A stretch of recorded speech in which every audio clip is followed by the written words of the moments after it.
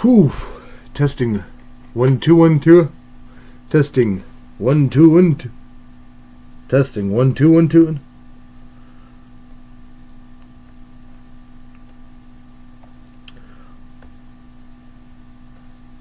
Testing 1 2 1 2. Testing 1 2 1 2. Here we go. Let's see what we like to get.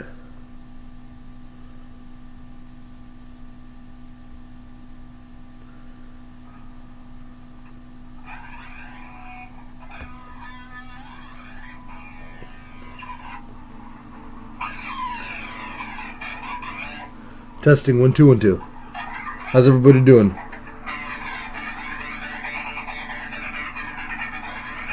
We got another special coming right up. Teacher, I got my pencil.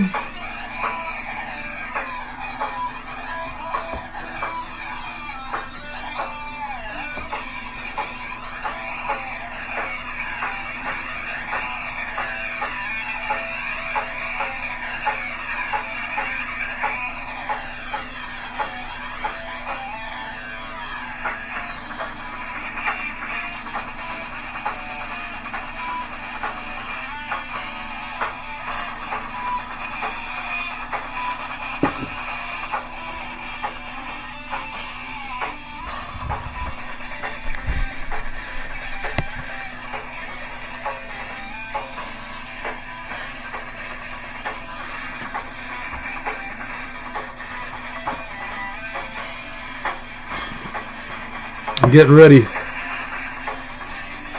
Lots of news, lots of updates. Stay hustling, stay flowing, stay smart, stay focused, stay ready.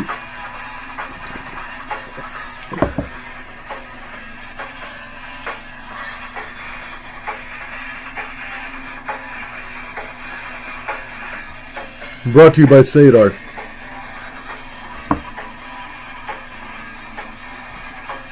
Our sponsors include Frogger's Car and Mechanic Shop, Sensitive Sammy's Vid Store, Chewy's Range, and much, much, much more.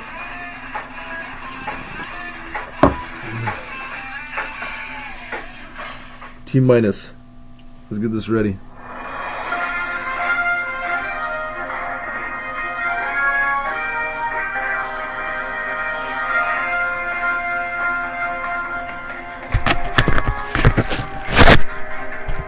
That's right, everybody. Thank you very much. Alright, sweet. Welcome, everybody, to Geezy Truth News. It is February 29th, 2020. Amazing, folks. Alright, let's get the show on the road. We're going to have a lot of news. We got a lot of things to talk about. You know, the same old sneezy.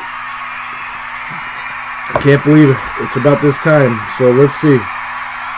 Let's get her done. Thank you, everybody. Thank you very much. Appreciate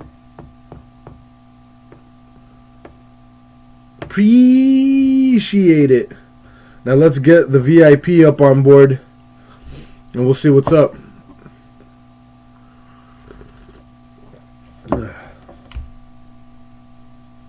Excuse me for all the introductions. I think we might as well just try to cut right through these days. We'll see what's going on.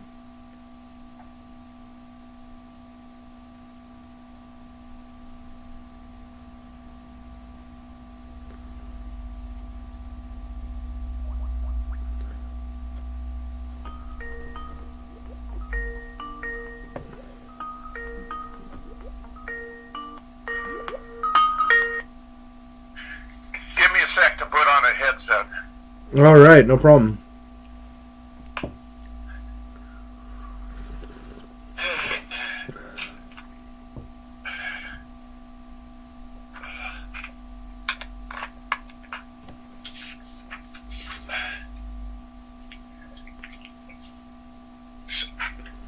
okay? You want to do a video? Yeah, it doesn't matter to me. We could do video, or we could just do phone, whatever's better. Sure. I'll turn on my, I may need to turn on my overhead light. But I don't know, what do you have?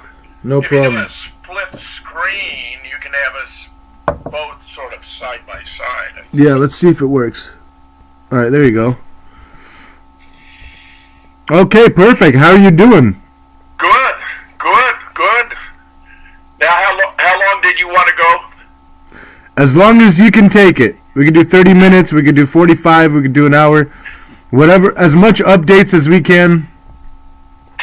Been a few weeks since we last talked. Yeah. So, don't even know where to begin, as always.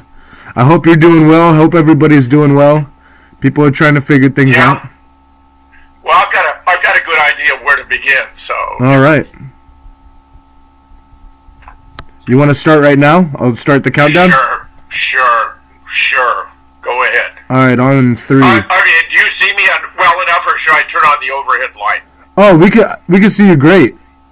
Okay. So perfect. So okay. On 3. 1, 2, 3. Hello, and thank you very much, Jim Fetzer. Dr. Fetzer, thank you for stopping by, seeing what are the updates, what's going on. Sure. Well, just call me Jim. I'm very informal. Donald Trump was asked whether he'd rather run against Bernie Sanders or Joe Biden. And he said he thought Bernie would be easier to beat. I think that's 100% wrong. It's as though Trump were offered the opportunity to choose the candidate he'd run against. There are many signs that Joe Biden is suffering from cognitive impairments caused by a pair of aneurysms he suffered in recent years. For example, Joe Biden on Friday committed his latest gaffe on the campaign trail, pledging to appoint the first black woman to the Senate, seemingly forgetting that 2 black women have served in the upper chamber. Well, that's not all. I mean, senators aren't appointed. Presidents don't appoint senators. Senators are elected by the states. I mean, this is just ridiculous. It shows Biden has completely lost it. Here's part of the story. I'm looking forward to appointing the first African-American woman to the United States Senate. Biden at 77 said in a stump speech in Sumter, South Carolina, prompting cheers from supporters. Biden appeared to ignore that Senator Carol Mosley Brown, Democrat of Illinois, served as the first female black senator from 1993 to 1999, while Senator Kamala Harris of California was the second black woman to be elected to the upper chamber in 2017, and he was running against her for the Democratic nomination.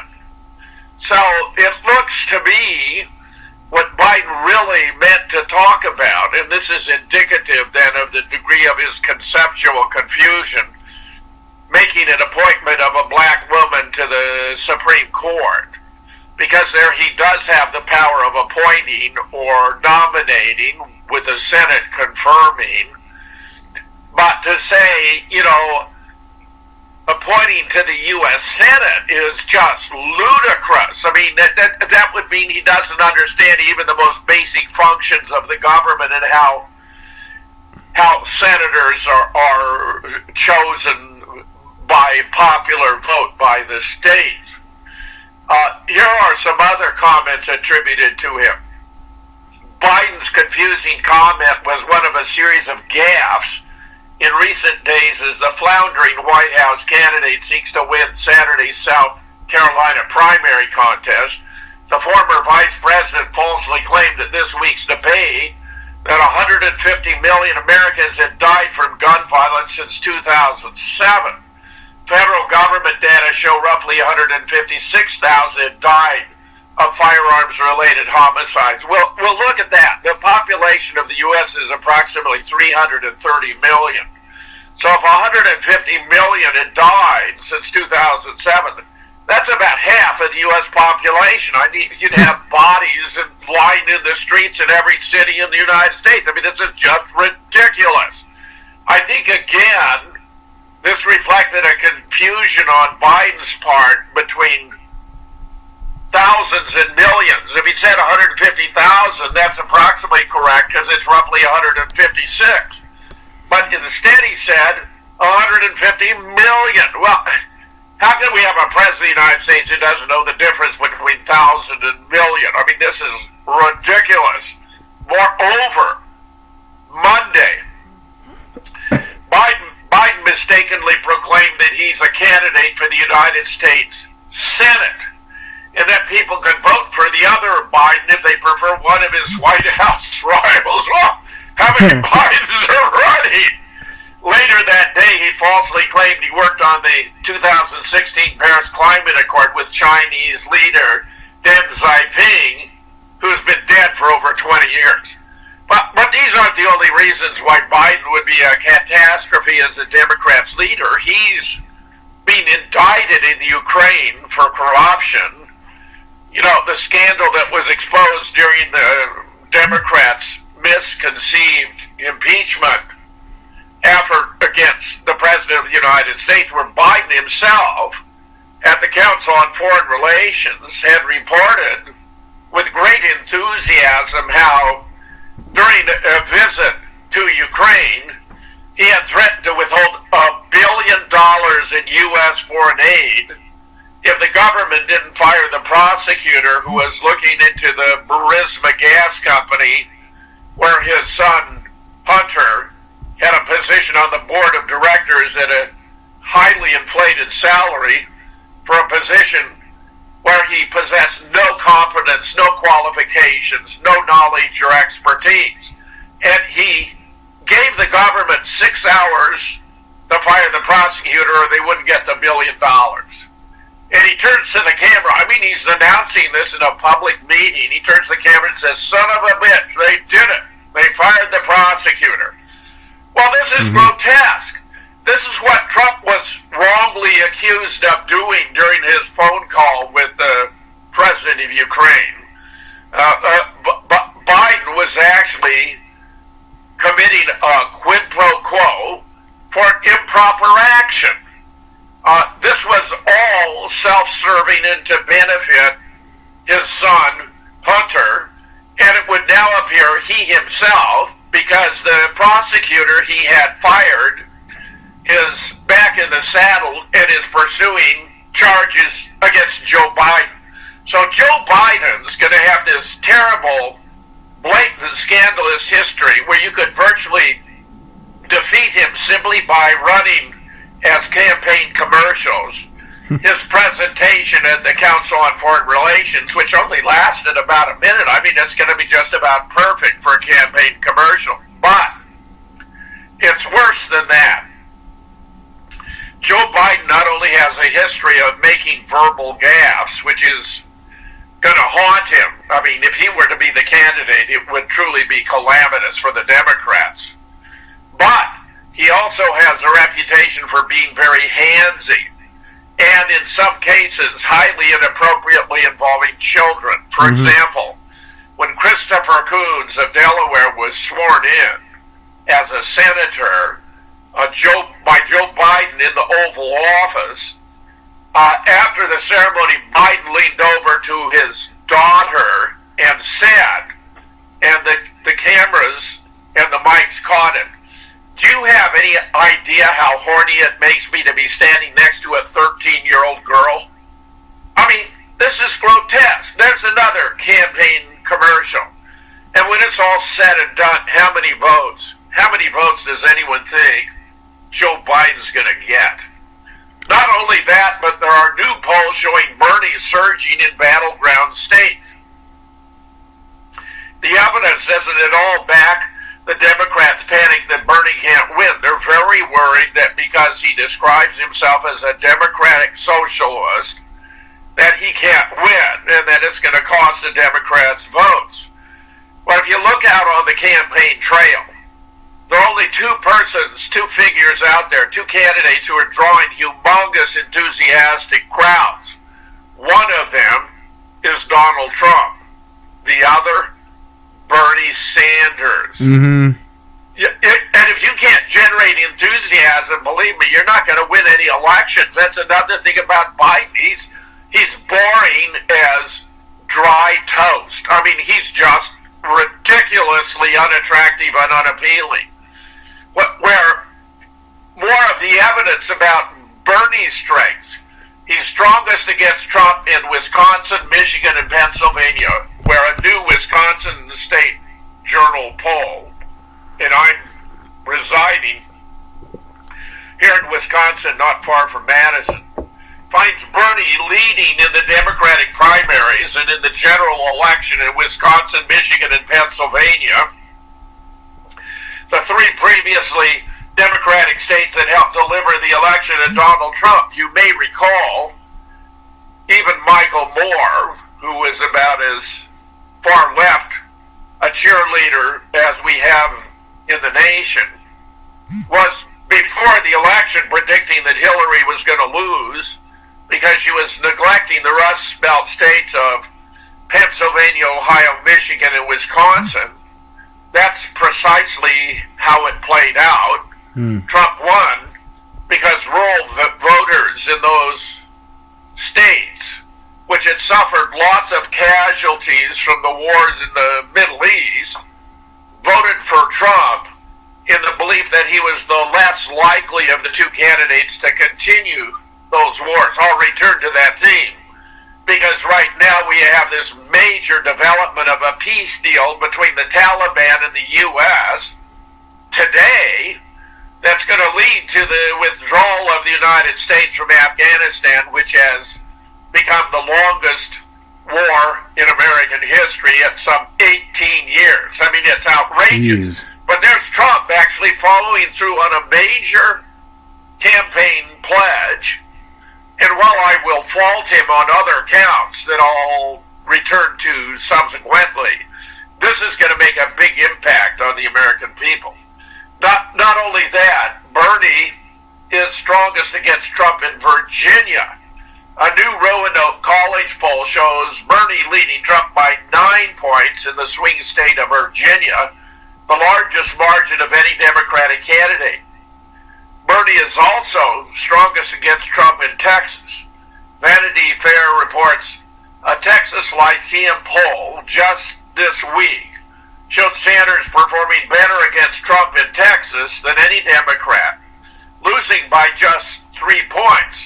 That's on top of a RAFTA poll showing Sanders beating Trump back in those precious upper Midwest states of Wisconsin, Michigan, and Pennsylvania, to which I just alluded.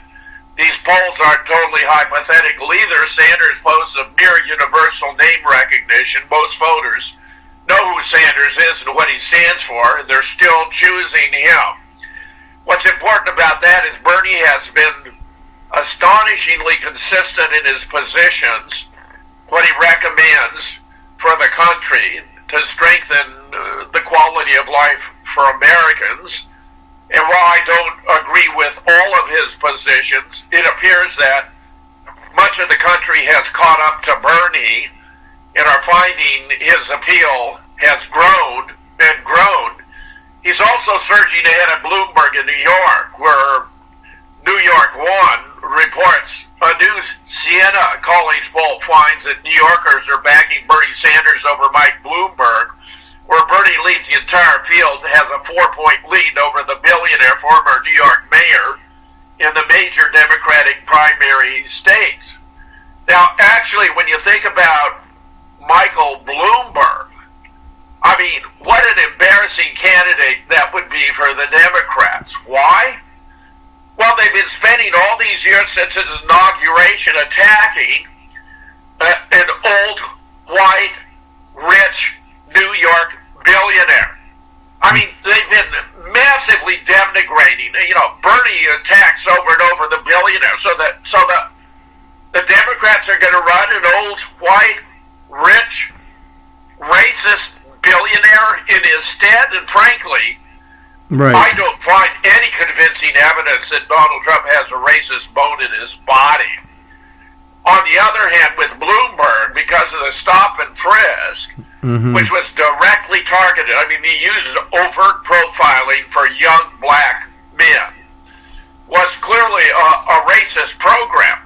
Now, there are those who want to argue that it was an effective program, but the Democrats aren't going to get away from the characterization of that program as racist. Not only that, but just as I have seen no evidence whatsoever that Trump has shown any racial animus whatsoever during his history in New York as a builder. He got along well with all different races, workers of all different levels, but a relatively recent Rasmussen poll showed that 34% of black likely voters are supporting Trump. Well, that's devastating to the Democrats. If Trump got half of that number, the Democrats would have no chance of succeeding. And you might ask, why? Why in the world are blacks in that proportion supporting Trump? But the answer is actually rather obvious. The economy has been chugging along really well, absent this coronavirus scare, which has led to a drop from historic highs, a rather precipitous drop on the basis of what may very well be a fabricated pandemic. But also, wages, unemployment among the blacks and Latinos are at historic lows. That means they're able to improve their quality of life, and Trump is taking measures to secure the border, where it's this endless stream of immigrants who come to the U.S. and take the lowest paying jobs, which will perform at even lower wages than those being issued now, with fewer benefits, and steal them out from under the blacks and Latinos who depend upon them to make a living. So they're supporting Trump for both what he's doing positively for them and what he's doing to protect them by securing the borders. In addition, Trump has made a number of moves that are beneficial to blacks who've been wrongly incarcerated. Contrast this with Michael Bloomberg, and where he's made federal funding to black colleges and universities, the first time in American history. I would mention, by the way, that Donald Trump received a Presidential Medal of Freedom in the same grouping with two remarkable figures, Muhammad Ali and Rosa Parks. Oh, wow. He received, recognition for his contributions, to interracial relations. I mean, when it comes to my own personal pantheon of heroes, Muhammad Ali and Bill Russell are right at the top, along with JFK and Bobby. And where, for Trump to be in that elevated status means the Democrats have nothing to go on. And of course, it's because he's been so successful on so many fronts that they decided to gamble on the observation by a black Texas representative, Al Green, who said, if we don't impeach this guy, he will get reelected. Well, even having impeached him, it looks very much as though Trump will get reelected, with a following caveat, and this is really quite crucial. Robert Epstein, who's been the editor-in-chief of Psychology Today, a very, very popular magazine for understanding psychology as a science and the latest developments, has done research about Google's use of programs to affect the vote. And he discovered that in 2016, Google manipulated the vote to the tune of giving Hillary Clinton between 2.4 and 10.6 million additional votes she would not have received absent Google. And they can do this by the push of a button. I mean, it doesn't even cost them a cent. They simply send out a reminder, a get out the vote reminder, only to the targeted audience. Mm-hmm. In other words, they've accumulated so much information about the American public through Facebook, Twitter, and other resources that they know who out there is a Democrat, who out there is a Republican, who out there is likely to vote for candidate A, who out there is likely to vote for candidate B, and they're taking advantage of that information to manipulate the outcome. He said also again in 2018, it was Google's intervention that led to the Democrats retaking the House and depriving Trump of at least 2 more senators that ought to have gone Republican. And I recall in advance of that midterm election predicting, based upon the latest polling data and other indicators, that Trump would hold the House and pick up 3 or 4 Senate seats. And I was puzzled about what in fact had happened to cause that not to be the case until Robert Epstein testified before Congress. And you have to go online and watch what he has to say. There are 2 segments out there on YouTube. One where he's given his overview about the power of Google's ability to bring about this effect, which he said is the most powerful behavioral outcome he's witnessed in 30 to 40 years of research in the behavioral sciences. And a conversation he had with Ted Cruz, where even Senator Cruz was misunderstanding the enormity of the effects that Google was creating in voting among Americans in a fashion that's completely invisible, because they're simply sending out this reminder to the targeted group, in this case Democrats, and getting a huge turnout of additional voters that otherwise would not have been the case. And he points out in 2020 they're going to go all out, that they were lulled into a false sense of security back in 2016 because everyone was predicting Hillary had it in the bag. I remember there were even announcements going out that Trump voters might as well not turn out because Hillary had it sewn up.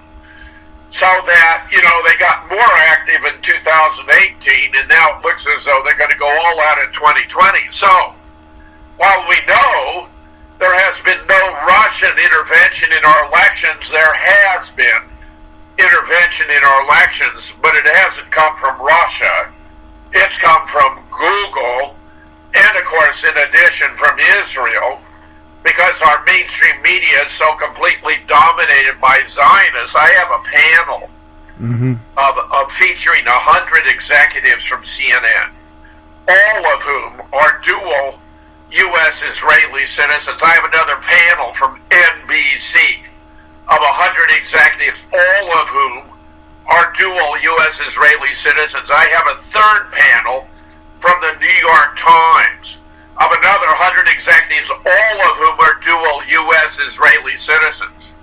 And we know that Hollywood is completely controlled by Zionists who want to promote the interests of Israel and are regularly involved in producing films and aiding and abetting other propaganda that will benefit Israel. It's really, truly disgusting.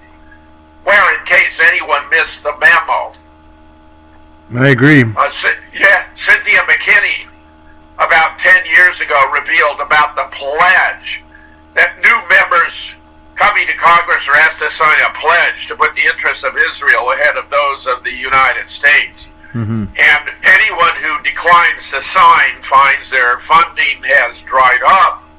Next time around, they're confronted with a well-financed alternative candidate, or even that their district has been redrawn. In the meanwhile, they no longer have a seat. Cynthia herself was able to overcome those obstacles to serve 6 or 8 terms in the House. But even as notable a figure as Dennis Kucinich, who, as a member of the House I regarded as the smartest member of Congress at the time, was not. His district was redrawn and he no longer had a seat.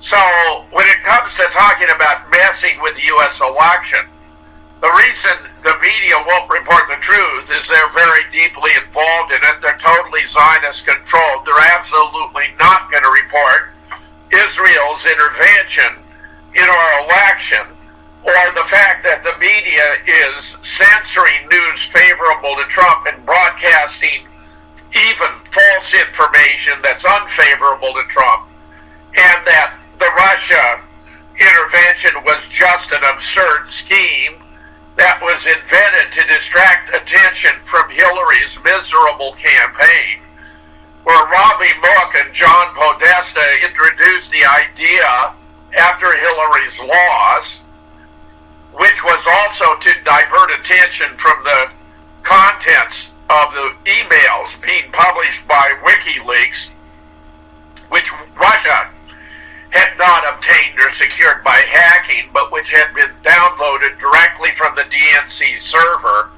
by Seth Rich, who was the DNC IT guy, a Bernie Sanders supporter who was profoundly disillusioned by the sabotaging of Bernie's campaign by its then chairwoman, Debbie Wasserman Schultz, who shifted 13 primaries to Hillary's column, which Bernie had legitimately won to guarantee she would be the nominee, where Seth Rich downloaded directly to a memory device, a thumb drive, a memory stick, in real time in the Eastern time zone, at a rate far too rapid to have been Russian hacking, as Bill Binney, for example, our nation's leading cybersecurity expert, has confirmed, even on my own radio show, and where he was aided and abetted by Kim.com, who's a familiar internet personality, where the contents were then transferred to Julian Assange, it appears, by Craig Murray, the UK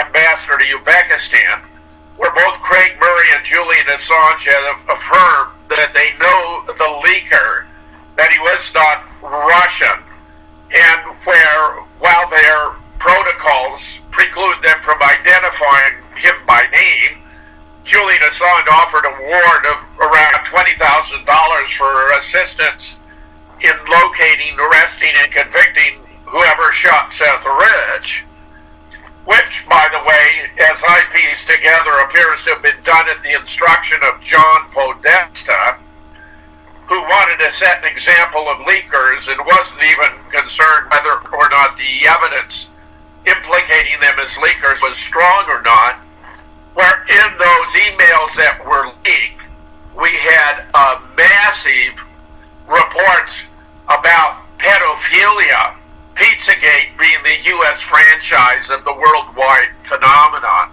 one of which even reported that Barack Obama had spent $25,000 flying pizza and hot dogs in from Chicago for a private party at the White House, which of course makes no sense at all if you know, number one, the White House will not accept food from outside because there's too great a risk that it might be poisoned. Number two, if you want to have pizza and hot dogs, you're not going to fly them in from Chicago. I mean, they're no longer going to be warm. I mean, you can obviously get pizza and hot dogs made up at the White House. And number three, most tellingly, those are slang terms in Pizzagate for little boys and little girls. Little boys are hot dogs, little girls are pizza.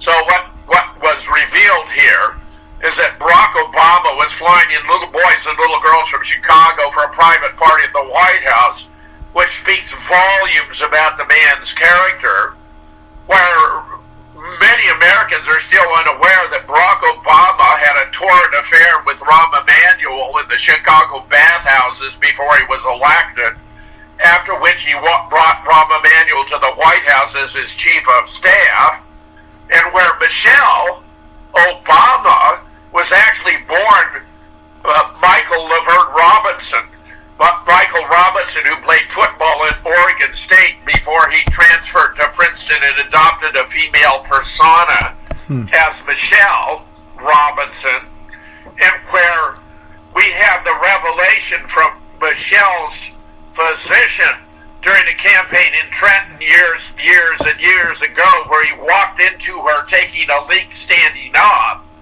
where he was paid millions for his silence but feels it's too important not to share the truth with the public, namely that Michelle Obama is not a man who underwent a sex change operation. Michelle Obama is a man with breast implants. And where diligent students have discovered the real parents of the children, since obviously two men cannot have any offspring, and they were the children of a female physician for Michelle, and the older girl looks just like her father, the younger just like her mother. And then, of course, to tie off about why they wanted to create this Russia hacking hoax, also to divert attention from Hillary's own financial dealings with Russia, where she sold off, in her capacity as Secretary of State, 20% of U.S. uranium reserves to Russia for a $145 million donation to the Clinton Foundation, which required the approval of Barack Obama. So I say, if Ethel and Julius Rosenberg received the electric chair for sharing atomic secrets with the then Soviet Union, what do Hillary Clinton and Barack Obama deserve for selling off 20% of U.S. uranium reserves to Russia? I tell you, the story is so disgusting. Anyone who takes this Democratic Party seriously really needs to give this whole matter more thought. Where just to extend points about Michael Bloomberg, he also has used his vast billions to buy up the state legislatures. He went for 16, he was successful in 14.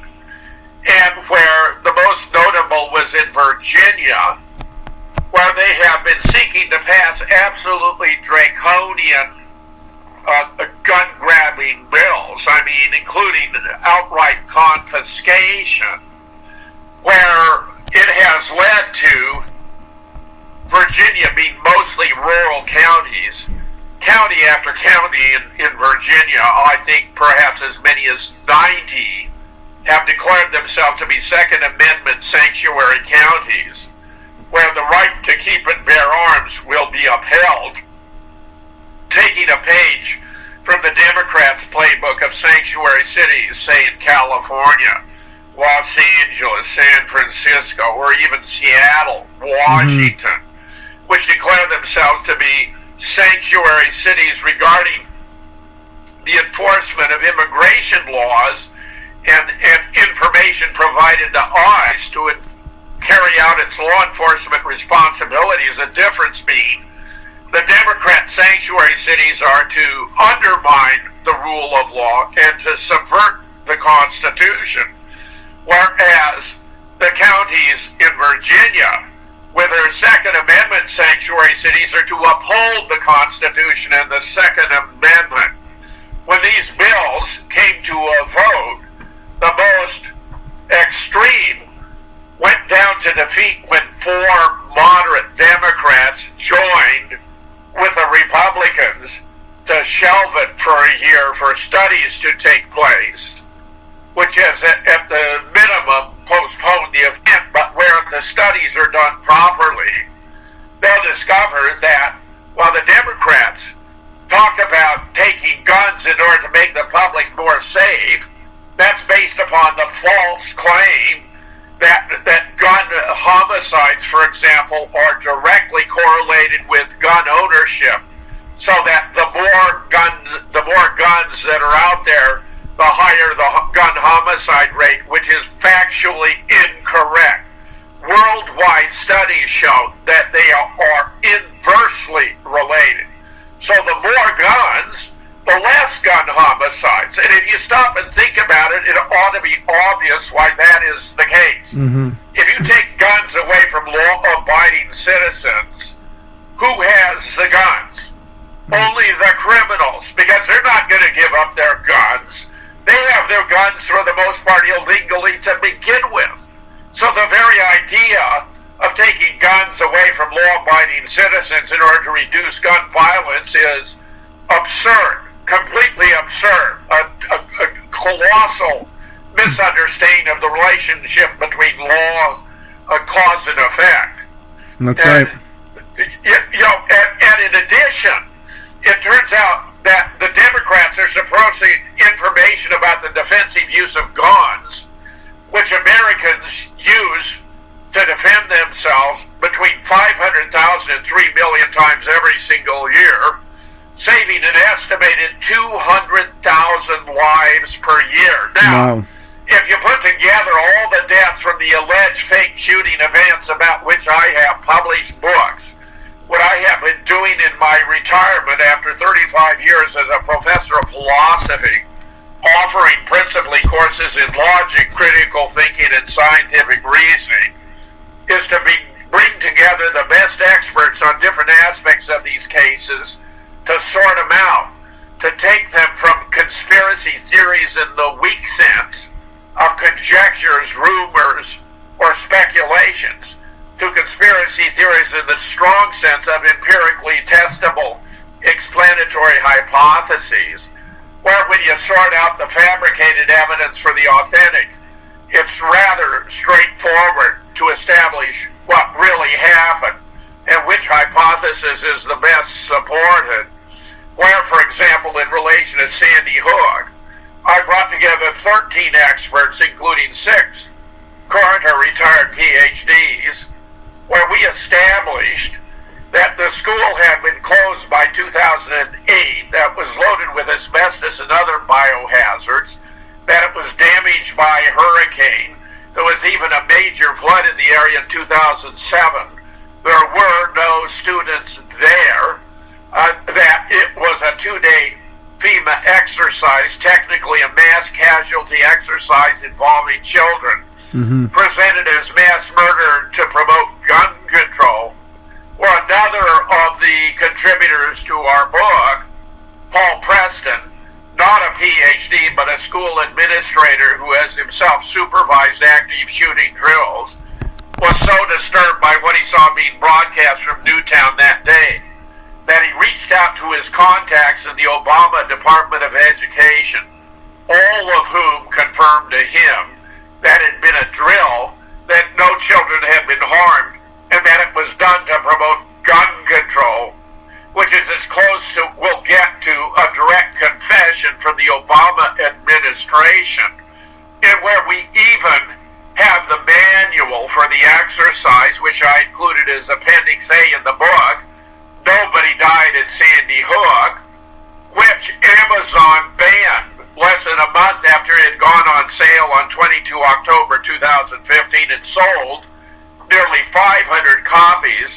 when it was banned on 19 November 2015, at which point I immediately released it to the public for free as a PDF. And if you do a search online for Nobody Died at Sandy Hook PDF, you ought to be able to find it. And where our research has been confirmed by more recent studies, in a book edited by Robert David Steele, you can find on the Robert David Steele blog, where he put together a Sandy Hook memorandum for POTUS, the President of the United States, that has about 32 additional new studies that confirm and round out the findings of our original work. So when you take into account the fact that scientific reasoning is always tentative and fallible in the sense that even the best supported hypothesis might, with the discovery of additional evidence or alternative hypotheses, nevertheless turn out to be false, as indeed happened with the most celebrated hypothesis in the history of physics, classical Newtonian physics, which turned out to be a special limiting case of relativity theory, which Einstein advanced, and yet for 200 years, Newton's laws of physics stood as the very paradigm of the certitude of scientific knowledge. What we find in the case of our Sandy Hook research, that additional evidence has confirmed our findings and substantiated that indeed it was a drill, that no children were there, that they faked photographs, that the parents are frauds.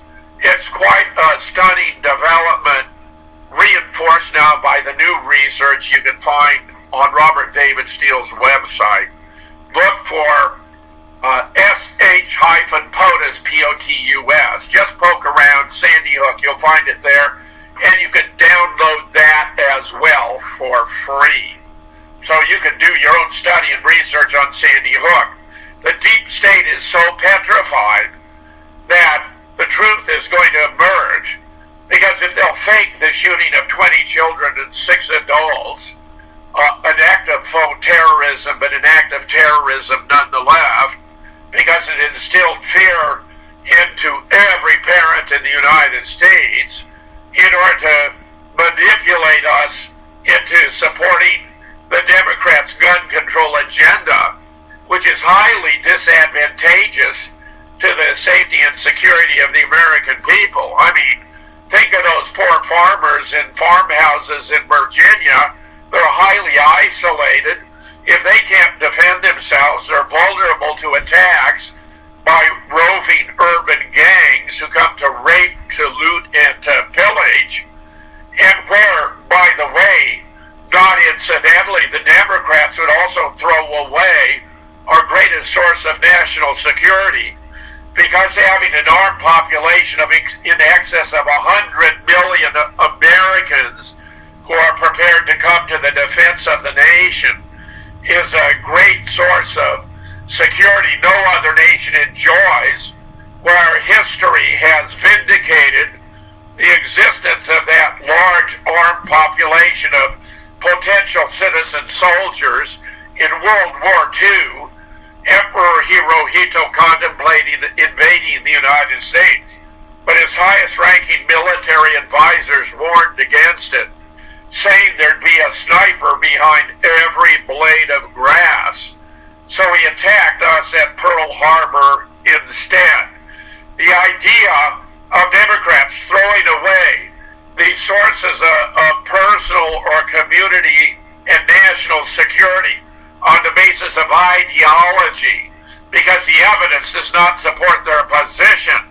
Well, it turns out that my research colleague, Dr. Eowyn, who maintains the Fellowship of the Mind's blog, and it was a contributor to Nobody Died at Sandy Hook, having actually published 80 articles about Sandy Hook before I edited the book, where I myself had already published 30, had the brilliant idea of superimposing a political map for 2016 over a crime map for 2014, and lo and behold, the areas in the United States where gun violence and homicide rates are the highest are all controlled by the Democrats. Surprise, surprise. So even elementary research reveals that the Democrats' gun control agenda is a total and abysmal failure and would put the nation at great risk. Michael Bloomberg is in the driver's seat on this effort because he intends to make gun control the centerpiece of his campaign for president, which is proving to be misconceived and ill-fated. I'm so glad to have the opportunity to discuss these things with you here today, and I know you have questions and comments you'd like to add. But where the Democrats dump Bernie, and it looks as though they may well do that because they're afraid that the down ballot, that his being at the top as a presidential nominee will cost them seats in the House and Senate, is a colossal misjudgment, because he and Donald Trump are by far the two strongest, most appealing candidates out there. And if they run, for example, Michael Bloomberg, or, God forbid, Michelle Obama, the situation is going to be catastrophic, because just as Joan Rivers told us when she was asked whether we'd ever have a gay president, And she said, of course, well, we all know that Obama's gay and that Michelle's a tranny. So, I mean, that's going to become obvious. It's going to become a major issue in a political campaign if they try to run Michelle Obama. And after all, what qualifications does Michelle Obama have for President of the United States? Yes, she and Barack Obama are both very popular figures. They've been voted year after year the most admired couple in the United States. Wow. But they're not a normal couple. They're not a heterosexual couple. They're perpetrating a fraud on the American people. And I say, I believe in truth in advertising. If Michelle Obama wants to run for president as a man with breast implants, that's fine with me. I would endorse her running with truth in advertising and let the American people make up their own votes for different folks. But she's participated in no debates. We have no idea what her position would be on any issue. She has not weathered the fire of the selection process. And frankly, it would be duping the American people to perpetrate a fraud of that magnitude, although it's obvious from what I've already explained. This is nothing new for the Democrats. They're perpetrating frauds on the American people again and again and again. Yeah, wow, that's right, Jim. That's pretty much all it is. I mean, I'm under the opinion that, just like you're saying, because the Democrats are all very unappealable. Even if Bernie does... See, the thing is, all the people that I've been talking to that are Democrats, they're saying that Bernie's going to win. But the problem is, what makes them think that the DNC is just not going to steal it from him like they did in the 2016 election? So they'll do the same thing and probably give it to Warren or Biden or something like that. But it's just completely unfeasible, and it's obviously not going to work out. And so most likely Trump is going to win unless something ridiculous happens. Like, I did want to talk about the stock market briefly with you. I mean, that's a huge deal. The past week, it was a 4,100 point drop, the biggest in history, right? And... It is a major drop, and it all appears to be promoted by the coronavirus and threats, which itself appears to be yet one more hoax. Let me just explain. Yeah, let's talk about the... Yeah. Wuhan in China is a very central city in China. It was the source of the rollout of G5. G5 is a horrendous weapon that inflicts massive harm on human beings and other living things. Among its effects, it weakens our immune system so that ordinary viruses that we deal with effortlessly or virtually threats to the life when our immune system is weakened. The coronavirus appears to be a variation on the ordinary common cold virus. It ought not to be affecting anyone seriously adversely. Mm-hmm. Absent the weakening of their immune system. So this all appears to be a very elaborately contrived situation with a lot of planning in advance. We already had a report back in January 2020 of the coronavirus hoax, which I highly recommend, pointing out, for example, that the Chinese claim to have put together a hospital in record time in order to deal with the coronavirus. But you couldn't have put that hospital together in record time if you didn't have all of the features, the floors, the walls, and so forth, prefabricated, which would have taken a very long period of time in anticipation.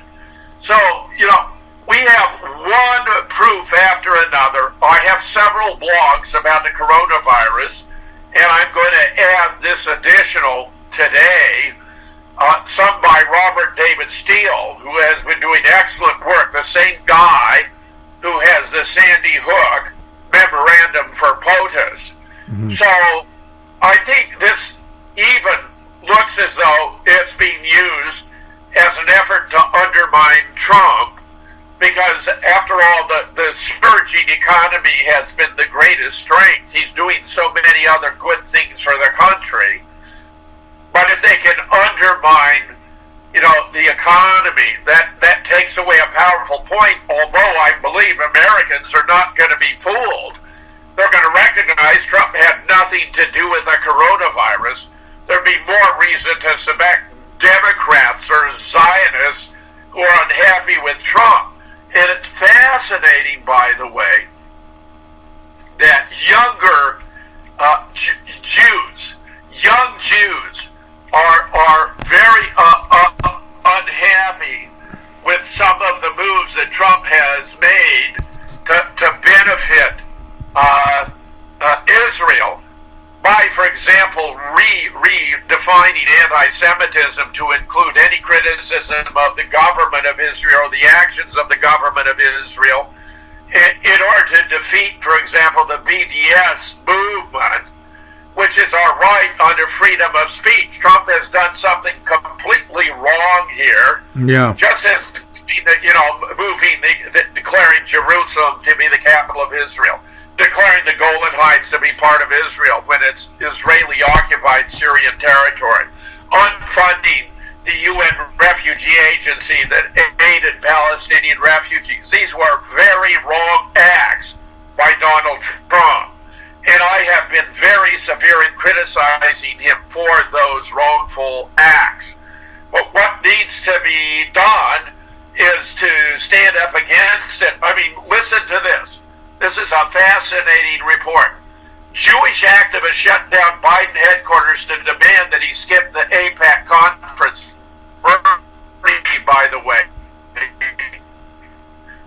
has already announced that what you have to understand about AIPAC is it is they who impose the pledge. They are the political muscle in Washington that asked new members of Congress to sign the pledge to put the interests of Israel ahead of those of the United States. Well, Bernie has already declared he's not going to go to AIPAC.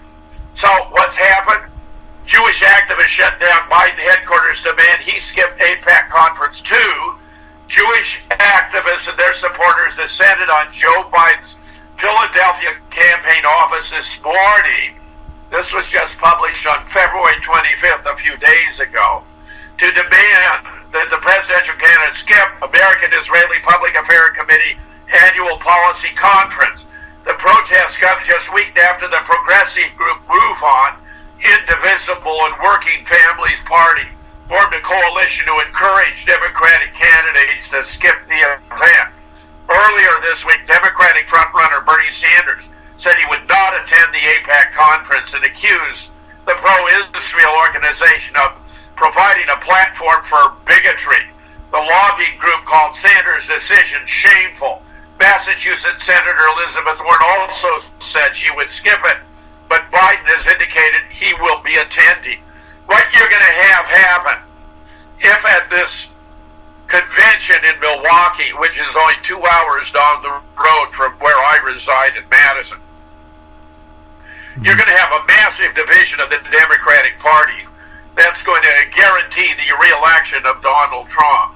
And what I find rather fascinating is that there are quite a few left-wing commentators, such as Chris Matthews on MSNBC, who's suggesting Democrats may be better off with Trump re-elected than Sanders taking over the party. In other words, they may seek to thwart democracy again. Wow. Where, when Sanders supporters brought a lawsuit against the DNC for those moves I was describing, where Debbie Wasserman Schultz shifted 13 primaries to Hillary's column to guarantee that she would be the candidate even though Bernie had won them legitimately, she and the DNC argued that they were a private company, that they could do whatever they want, that they had no obligation to be responsive to the primaries and the caucuses, which were really basically just political window dressing.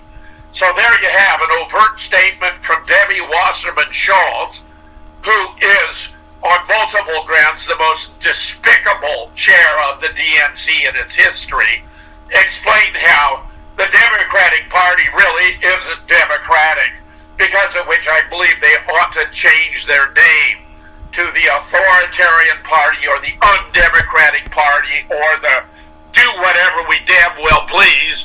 Damn the torpedoes full speed ahead. I mean, it's outrageous. So the American people have to think these things through and recognize the Democratic Party isn't standing up for your interests. The Democratic Party isn't even responsive to the caucuses and the primaries, to which so many invest so much. They're going to do their own thing. And I predict this year that attitude is going to lead to a calamity. Well, all right, Jim, thank you very much. My great pleasure. My great pleasure. I'm very glad you've invited me back again. I'll be glad to return on a subsequent occasion. That sounds great. Thank you very much for the updates, and please keep in touch. My great pleasure. Thank you.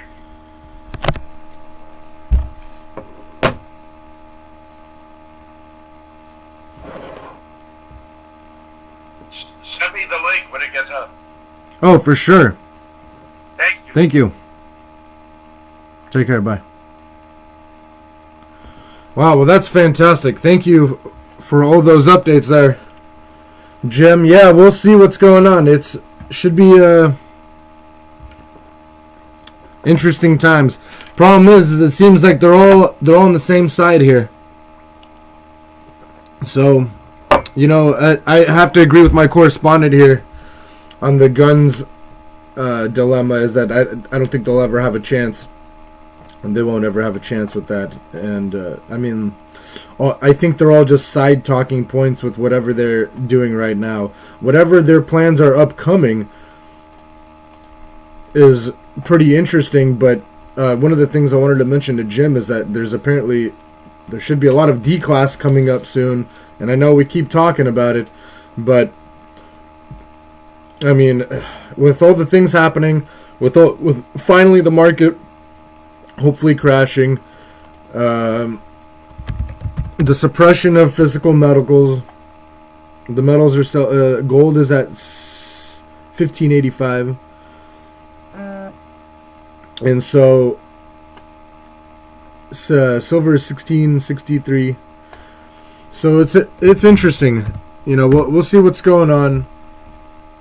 Like I said before, Donnie Boy will probably win again. Bitcoin is at 8,665. And yeah, you know, we're just going to keep in touch, keep updated. Thank you very much, everybody. Please be sure we typed in jamesfetzer.org. And hopefully, you know, we didn't have too many technical difficulties on tonight's show because, you know, there's always something going on. So we'll see what's up. Thank you very much. Stay tuned. You know, keep updated. And with that, we will keep in touch. And Geezy Truth News is out.